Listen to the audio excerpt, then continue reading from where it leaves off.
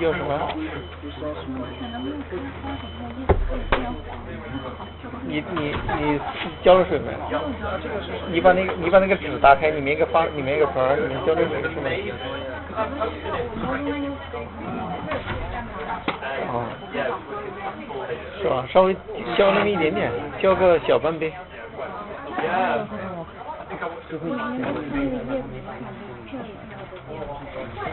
你那个视频处理完了吗？昨天录的。啊。整个效果的有没有？每个人都说了吗？不是，你能看看吗？能用吗？啊。我们仨效果还行吗？啊。不是，应该是10月，不是，有个错误知道吗？他应该是10月10号，我说是10月11号。就那么着吧，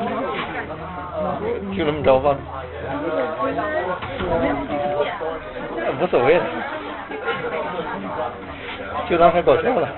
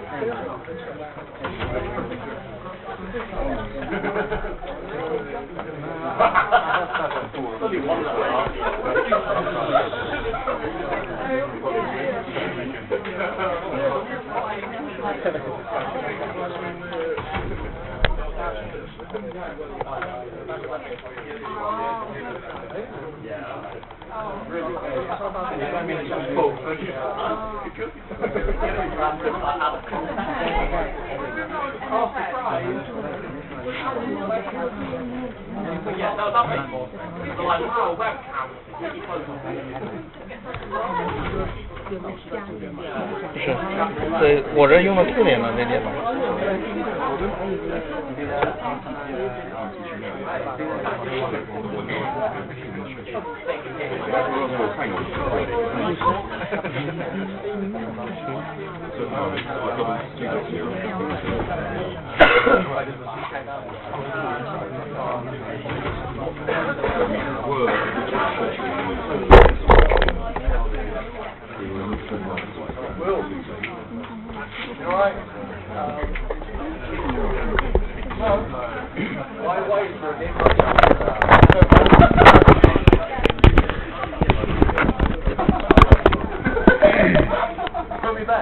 Maybe somebody else wants me.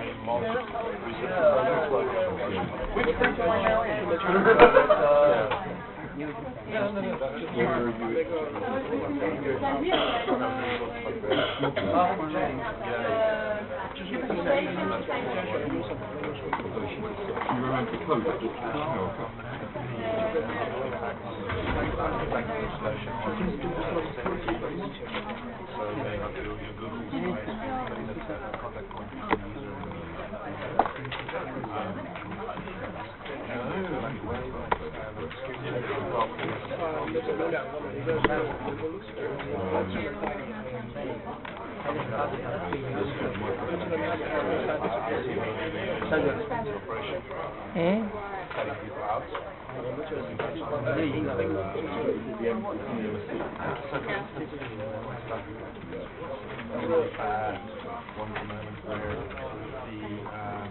比较有激情是吧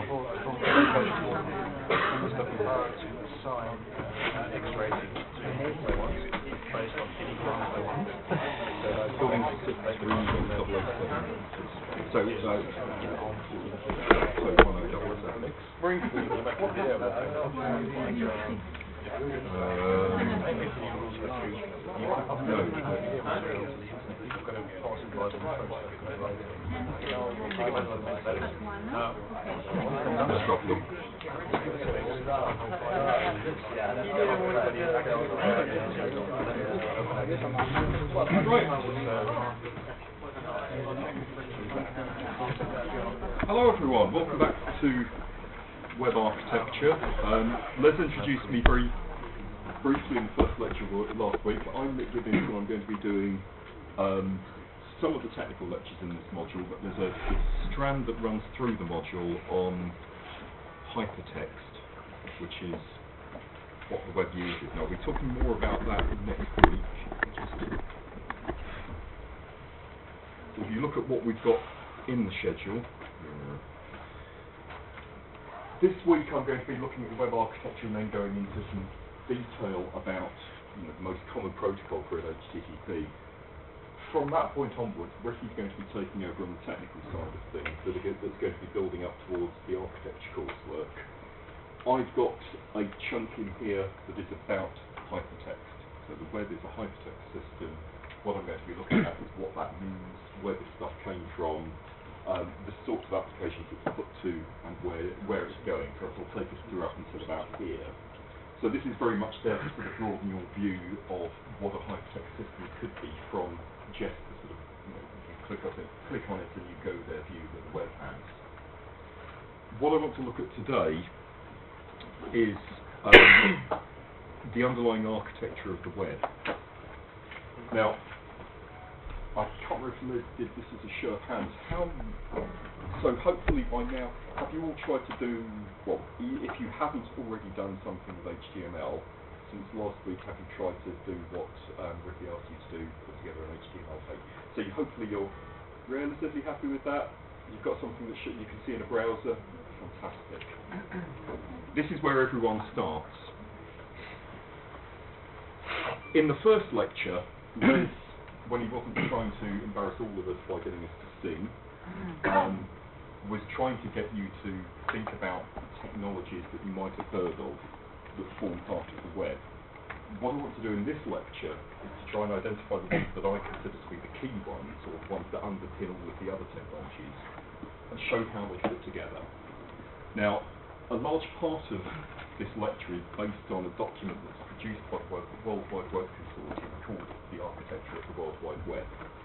So this is really a sort of very high-level view of what the fundamental building blocks for building this global information system are. So if we ask ourselves what the web is, well, there are a number of definitions. It's a distributed information system. Fine. The information's not all stored in one place. The main mode by which we interact with it is a hypertextual one. There are documents, there are links that connect them together. We click on those links, we see other documents. But it's not just documents containing words, there might be images, videos, bits of audio, all sorts of things. If I asked my 9-year-old son what the web was, he'd probably talk about the things that we could see on the web, the places that he might go. And in his case, it's almost entirely YouTube. And not Wikipedia, but Wikipedia, because he's a Star Wars fan. So, in terms of the consumer view of the web is very much not about the technologies, it's not about the architecture. But there is still some sense that within all of these things, there are objects of interest. In YouTube there are videos, in Wikipedia there are articles, in Twitter, or there might be user profiles, there might be tweets, and the same can go through all of these. So, we have a general name within the web architecture for these objects of interest. It's not documents. We talk about these things as resources. So when Les talked about URIs, the Uniform Resource Identifiers, resources are things that we would like to identify within the system. Now what makes it slightly more awkward is that there are no good, simple definitions of what we mean by a resource, and yet if you talk to most people that work in the in the web standards community, they've all got a very clear idea. Now the normative definition of a resource actually comes from what's called an RFC. So RFCs are requests for comments, the standards documents produced by a group called the Internet Engineering Task Force, who are responsible for all of the internet protocols except for the things that are sort of web-based.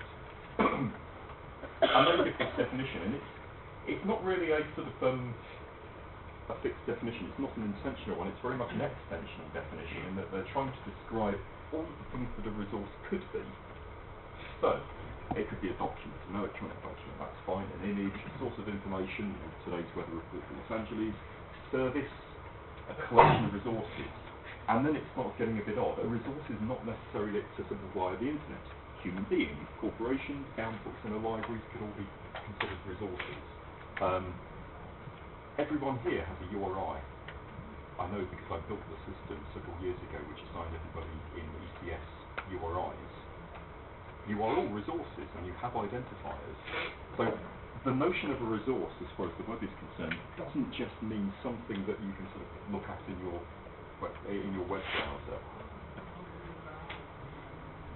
Not just physical objects, also abstract things. You know, the notion of multiplication, a relationship that exists between things.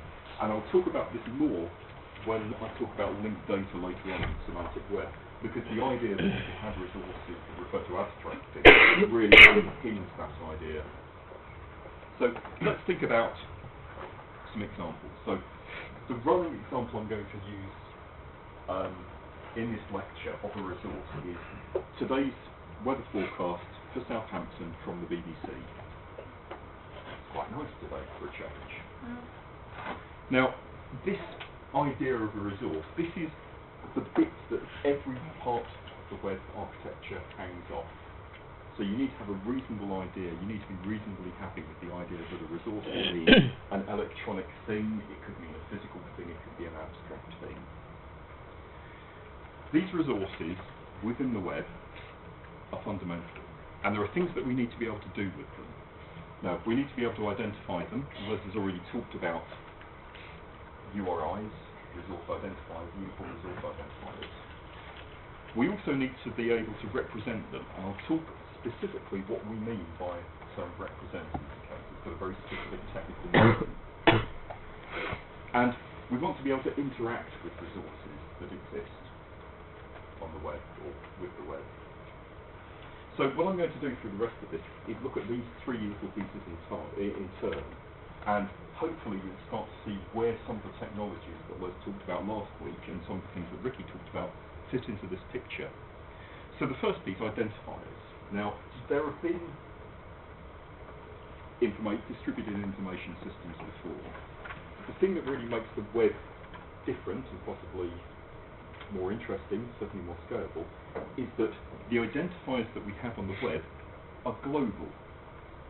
So previously people were building document management systems that might exist on a single computer or on a cluster of computers. So within that cluster of computers, all of the documents had names. What I couldn't do was talk about the names of documents on your cluster of machines. The idea here is that if we have a global naming scheme by which all resources can be named, we unleash global network effects. It becomes possible for anyone to point at anything. So I would argue that a large part of the growth of the web has been due specifically to these global network effects. Now these sorts of things aren't a new idea. This chap, Doug Engelbart, who I'll talk about more in a couple of weeks' time when I talk about the history of hypertext systems, he built one of arguably the first electronic hypertext system back in the early 60s. And he talked specifically about the requirements that we have for naming and identification. So his thing, every object that somebody might want or need to cite should have an unambiguous address. Interestingly, he also talks about it, capable of being portrayed in a manner to be human readable and interpretable.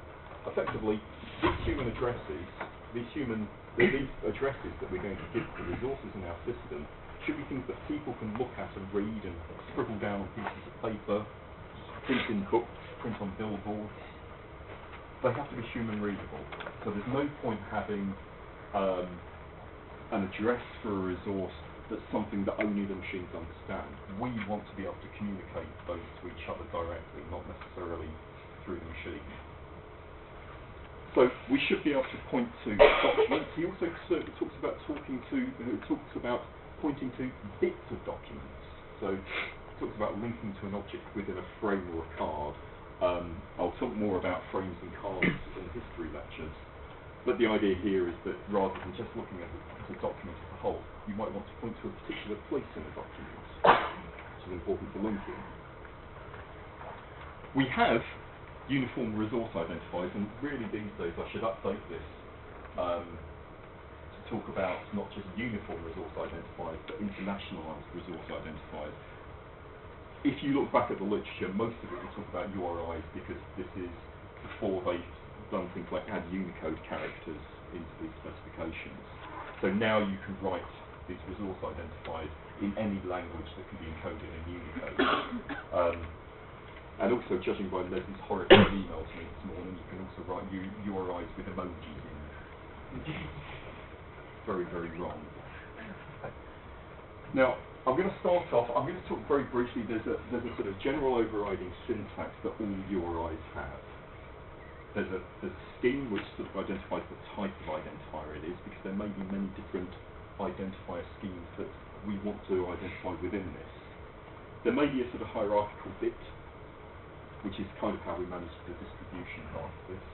So rather than saying, there is a global naming thing, we break it down into smaller and smaller bits so that we can identify objects within those. You may find URIs that encode queries, you may have URIs that allow us to identify a component, a piece of a resource. I'll leave this for the moment and talk about this more when we come on to an example. So, here we have our resource, today's weather forecast, and we might have a URI for this. So, rather than just being able to talk about today's weather forecast for Southampton, here we have a URI that identifies the notion of today's weather forecast. I haven't checked it this morning. When I checked it last year, it worked. I hopefully it still work now. So you should be able to type that URI into your web browser and it gives you the weather forecast. Now, this is a module on WebArchitecture, so most of the URIs that you're going to come across will be HTTP, the Hypertext Transport Protocol, which I'll be talking about later this week. That HTTP is an example of a URI scheme, but there are many other schemes out there. So here I've got some examples of things that, from things that you're quite likely to see through to things that you're very unlikely to see. So HTTP, standard HTTP protocol, HTTPS, the secured version of it. Increasingly now, when you go to websites, you'll probably find that there'll be a little sort of padlock icon in the location bar that indicates that you're talking to that website through some secured channel, some sort of cryptographically secured channel. The protocol that's being used underneath is a thing called HTTPS, which adds a cryptographic layer over HTTP. Other things that you might come across, the mail to URI, which is used to indicate that this thing here is an email address to which we can send email. So often you'll find those by people's signatures on email messages. Other pre-web systems, FTP. So FTP existed before the web. One of the things that the web did, or rather the URI spec did, was to introduce a syntax that enabled us to talk about the locations of legacy, of object resources and legacy systems. So FTP, the File Transfer Protocol. the news URI scheme was something that was from a distributed bulletin board called Usenet. It's still going. It's less prominent now than it was, say, 15 years ago. There are URI schemes that let us do things like express telephone numbers, so the tel URI scheme. And then we get some real oddities here, so things like LDAP, the Local Directory Access Protocol, which if you use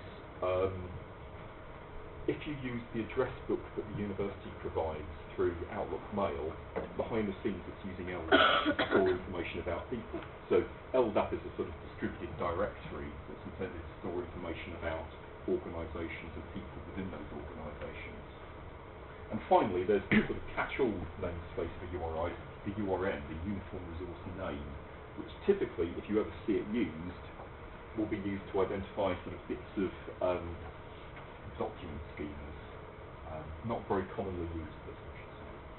But the point is that it's not, URIs are not just used for things on the web, they can be used for things off the web. And again, this is arguably one of the ways in which the web spread quite so quickly as it did, in that it was very, very willing to extend and embrace all of the legacy systems. Before the web existed, there were systems like FTP, Gopher, Waste, and so on. And because URIs could express resources in all of those systems, that effectively meant the web could reach out and touch all of these other systems. It became a lot easier to use the web to bind these things together. Now, there are some rules or principles that should be followed when we're dealing with URIs. Now, if I have a uniform resource identifier, that should identify one resource. If I use a URI to identify different resources, we have what's called a URI collision. The problem here is that we can't tell which of these resources that this thing supposedly identifies we're talking about at any given time. So one URI should only ever resolve to a single resource or identify a single resource. We also, by and large, should try and avoid what's called URI aliases. So I have a resource, I should come up with one name for it, one identifier for it, not lots of them. If I have lots of them, then it becomes harder for people to work out that these two different identifiers actually refer to the same thing, unless they go away and sort of physically check the thing you get back, which is fine if it's an electronic resource, but not if we're, say, for example, using URIs to refer to physical objects. Sorry, yeah. Does that become a problem when you're shortening, like shortening down URIs? Potentially, yes. So, URI shortening things is effectively introducing a URI alias. Yeah. So if I have, the original URI and I pass it through a shortening service and I get a short URI out of it, I can't tell that they actually refer to the same thing unless I use the shortening service to give me what the actual URI is supposed to be, or I resolve both of them and go to the final thing I get, if there's a final thing that I can get. It becomes more complicated because they are quite useful. Absolutely. Absolutely. Which, the only reason that the URI shortening services exist, one of the reasons is Twitter, and the other reason is there are an awful lot of web content management systems that create very long, unwieldy, not human-readable or memorable addresses. So sort of breaking that suggestion of Engelbart's. Now, the web's been around for, easily 25 years, plus or minus, depending on where you count it from. And if you go back to the sort of early web, the terms we use change, and I'm talking about this just to help you if you end up looking at some of the old documents. So older things had this notion that actually the resource identifiers, the resource names, were very closely tied to a particular protocol which would let you get something. And admittedly, they did say things like here, a hypertext link to a document ought to be specified using the most logical name as opposed to a physical address. Well, that would be the meaning behind this quote is really they're trying to encourage people to use names like, www.soften.ac.uk as opposed to, 138.29.63.4. So this is very much about logical names, domain names, as opposed to the physical IP addresses. The classical view of URIs of naming. So if you look in the sort of early to mid 90s, they make this odd distinction. You know, there are some things that are used to identify things in a particular network protocol, so HTTP, FTP, Telnet. There are some things which are intended to just be named, so they're independent of a location or of a protocol. So a thing like an ISBN, an International Standard Book Number, those things get reflected into the URI space, and you know there's not a retrieval protocol associated with them. You can't take an ISBN and get the book of it immediately. And then the notion of a URI was taken to be the sort of union of these two things. So very much there was this view that you know you had URLs and you had URNs, and these things don't overlap. That was taken into view pretty much up until about 2000, and what's happened since then is the line between these things has become blurred to such an extent that most people will now just talk about identifiers. The reason being, back then the view was that if you have a URL, the resolution is well defined. I have a locator for something, I know how to get that something, I know that I get it via HTTP or FTP. What's happened subsequently is that people have started doing things like using HTTP to refer to objects that can't be resolved, so to refer to people, for example.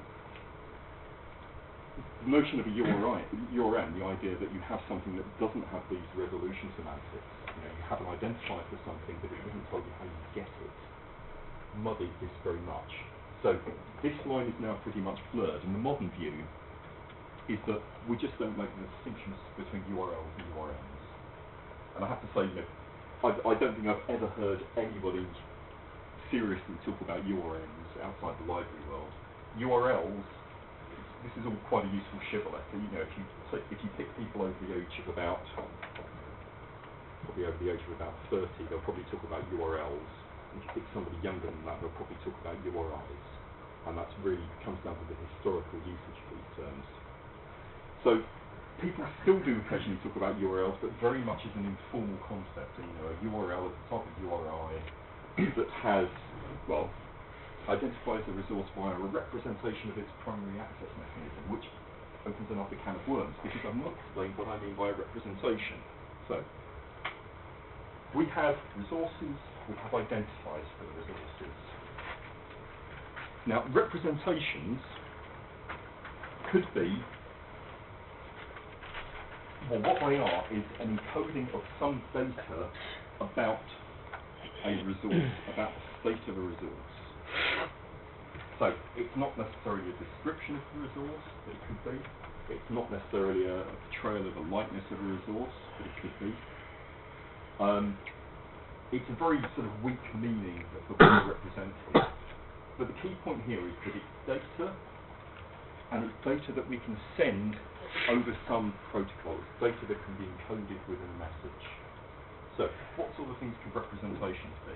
Let's say I have a resource, today's weather. A representation of that could be an HTML page that says, you know, the weather forecast for Southampton today is this. That could be a representation of today's weather forecast from the BBC. On the other hand, so could a chunk of video from the BBC of somebody standing up and telling me the same information. Now, this is an abstract resource. The notion of today's weather forecast, I'm not saying anything about whether it's written down, spoken, sung, performed with interpretive dance, which would be very entertaining. So these two things are different representations. They mostly convey the same information that describes the state of this thing. Now, typically with representations, there could be many different types of representation, and the main way that we tell the difference between them is in terms of the metadata that we have about them.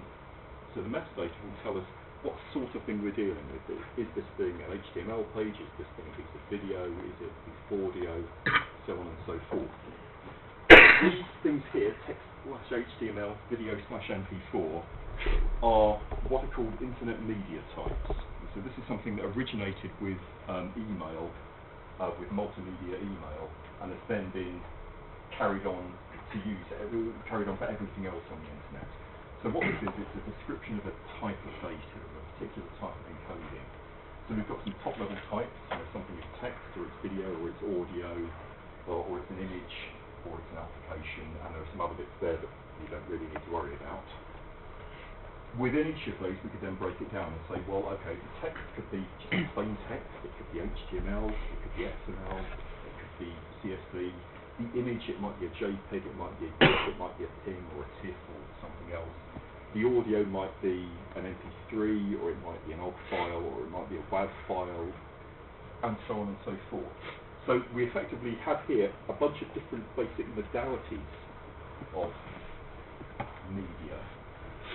And then within these we can talk about particular types. I should say the last one, application, is very much a sort of catch-all where we put things that we can't decide where else they should go.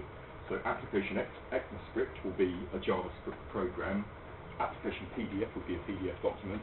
Application IDF plus XML will be some structured data. So this is a bit of a mess down here, but the rest of these, it's pretty clear what modality that we're talking about. Now, one of the guiding principles for the web has been that what we'd like to do is to try and separate out the different facets of a resource. So we can deal with things like the content of a resource separately from the way that the resource is presented to us, separately from the way that we interact with a resource. So, as this is one of the principles that's given in the architecture document, a specification should allow authors to separate content from both presentation and interaction concerns. So, if you take something like an HTML page, what does that give you? Well, you've got content and you've got some structure around that content. You have a sort of hierarchical document structure. But you don't know what that document's actually going to look like in a web browser. That's somebody else's problem. You can attach a style sheet to it, you could use the default style sheet in the web browser. So there is a separation of presentation from content. What about interaction? How do we interact with? Oh, and I should say actually, presentation, you might have something like a speech reader on your browser, so the page is spoken to you, completely different modality. How do you interact with it? Well, you might be interacting with it with a mouse that you're using to click on links. The links might be presented in different ways. You might have a menu, pick one from a menu. It might be something where, let's say, if you're reading it through a speech reader, you're listening to it through a page reader, screen reader. You might say something when it reads out to you a link that you'd like to follow. So there are different ways with which you could interact with it. Other things that we want to happen with a specification for a given representation format, something like HTML perhaps, we should, within our representation format, provide ways to link to other resources. Not all of these media types let you do that. We can do it in HTML, obviously. We can do it in PDF. We can't do it in plain text. We can kind of do things a bit like it in some of the image formats and some of the other multimedia formats. But we'd like, in general, to have a way of sticking links into documents so that if we have a document, we can follow links to get elsewhere. And if we're doing linking, the linking should be across the web as a whole. We have a global naming system, we have the URIs. When we write a specification for a given representation format, we should allow all sorts of URIs in there. We should be able to point at anything you want to look at. And we should also, when defining specification for a representation, let people use whatever types of URIs they want. So there's no use defining, our special web representation language that isn't HTML and saying, but you can only point at HTTP resources, because there could be lots of other types of resources out there that aren't accessible via HTTP. So don't limit things to a limited set of schemes. And ideally, the data formats that we create, the representation formats that we create, should allow hypertext links. So I talked a couple of slides earlier about the idea that we should allow some sort of web-wide linking. This might not necessarily be hypertextual, this might not be something that we could click on and navigate, but if the expectation is that people will be able to do that, so if hypertext is the expected user interface paradigm, we should let there be hypertext links within things. So HTML clearly does that, PDF does that. Other things, so the image formats, don't tend to give you hypertext links. They give you a way to point to other resources, but they never actually get rendered as links per se.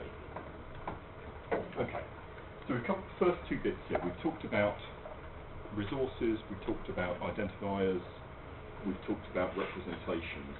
The third piece of the picture for resources is interaction. What do we actually do with these things?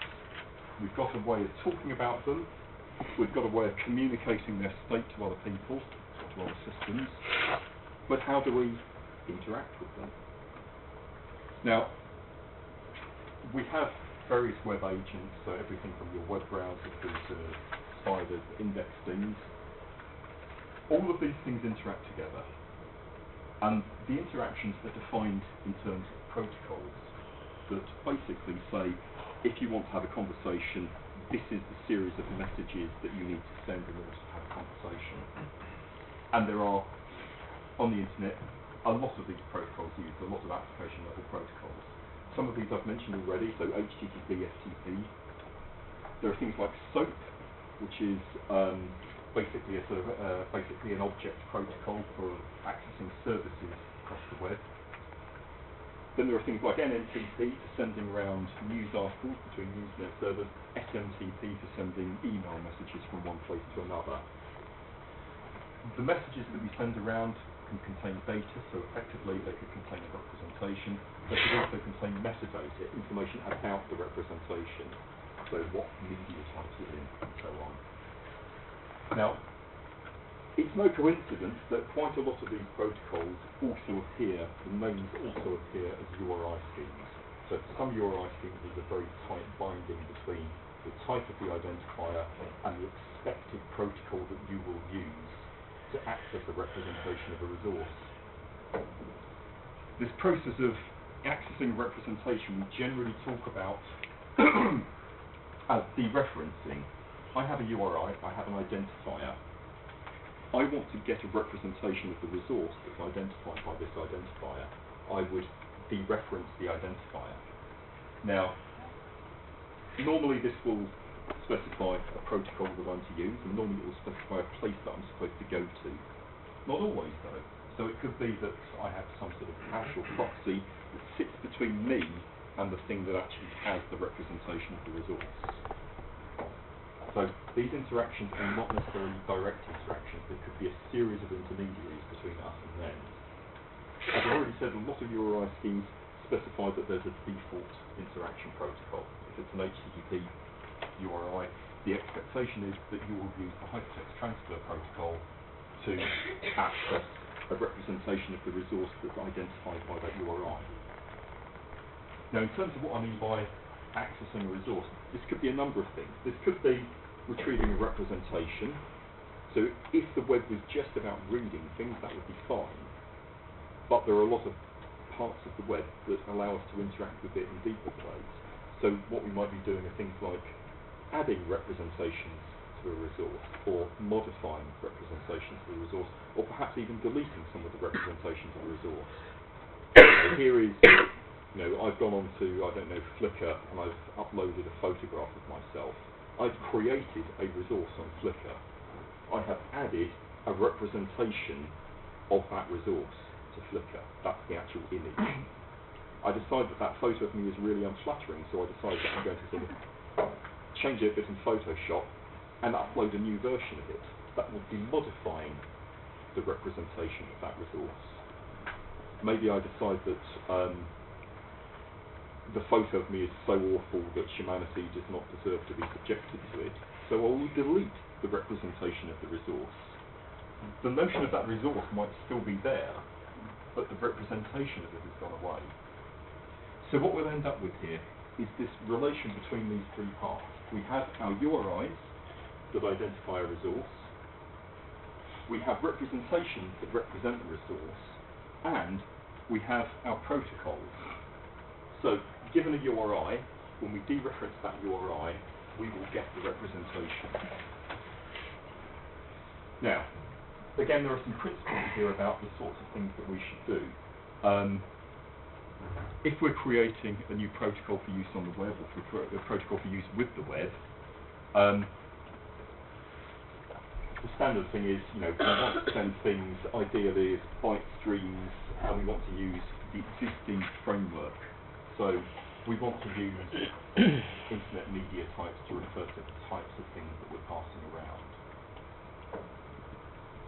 Other more useful things. So I've talked about different types of accessing of a resource. So you could retrieve a representation, you could add or modify a representation, or you could delete a representation. If you have a protocol that lets somebody retrieve a representation of a resource, that is all that should happen. You take a representation of that resource and it's transmitted to the person who's asked for it. No other state change should happen.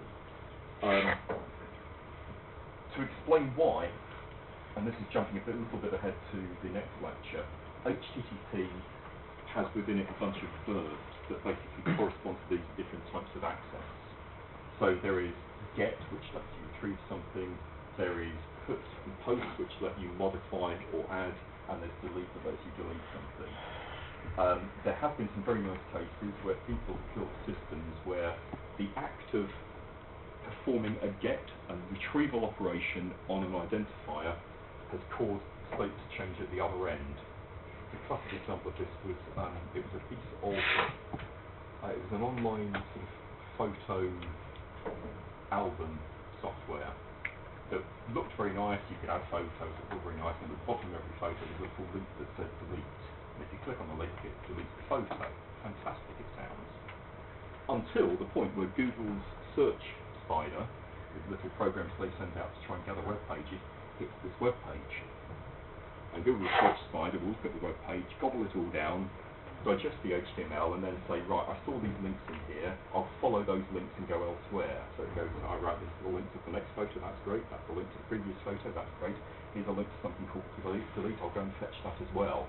And all of a sudden the photo went. I'll see if I can dig out the post that was online about this, but it was very much a case of somebody had noticed that every 3 or 4 days, all of their photo albums had been corrupted, because that was the frequency at which Google was spidering their photo album and seeing what was there. So the idea here was, as far as Google was concerned, they were just retrieving the representation, but what was actually happening was an unsafe action in deleting the representation as well. Other things that we should be able to do,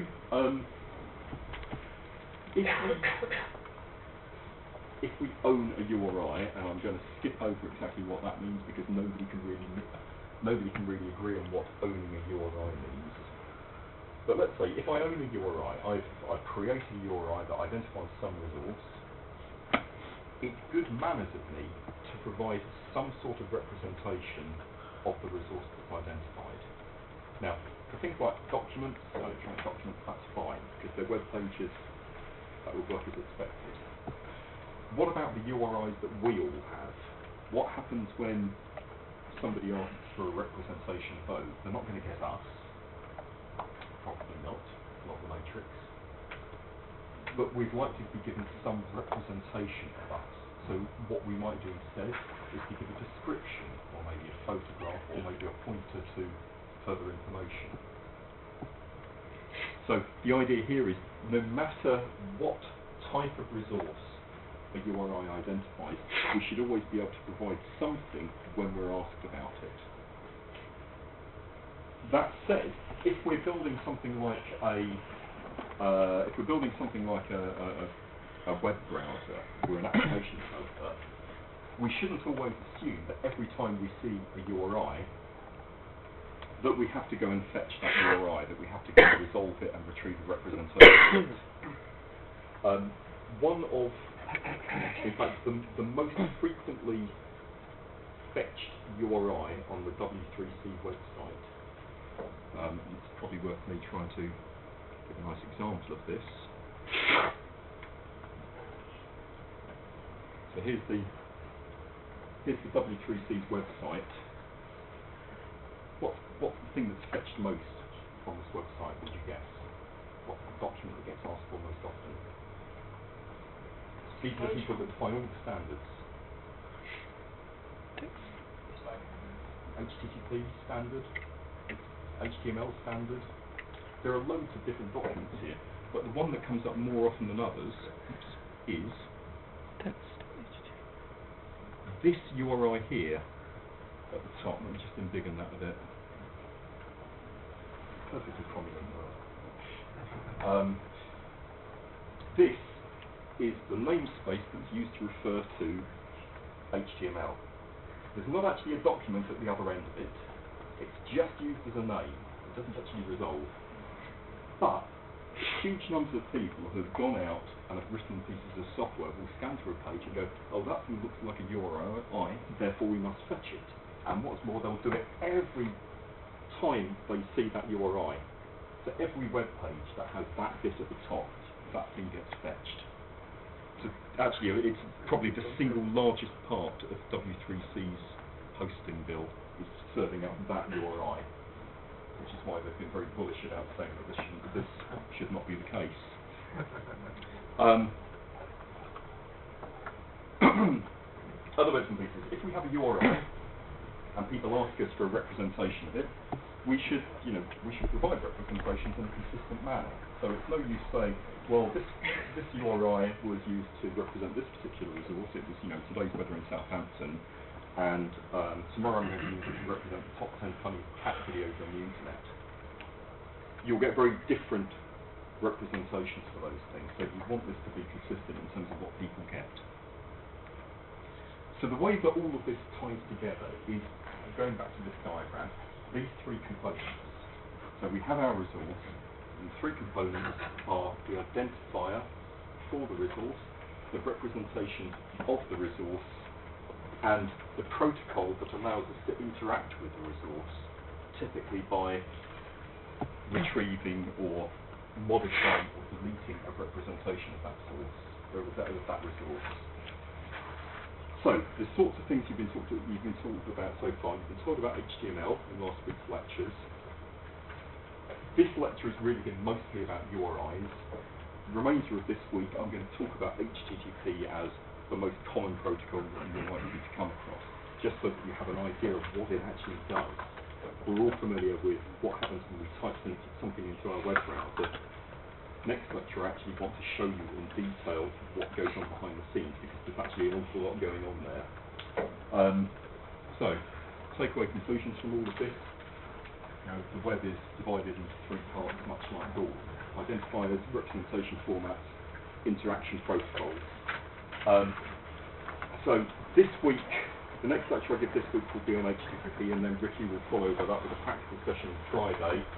Next week, I'm going to backtrack from this completely and start talking about what it is we mean by hypertext and what the boundaries of hypertext include, and that will very much be a preamble into looking at the historical, current and future development of hypertext systems. Okay, thank you very much. Does anyone have any questions?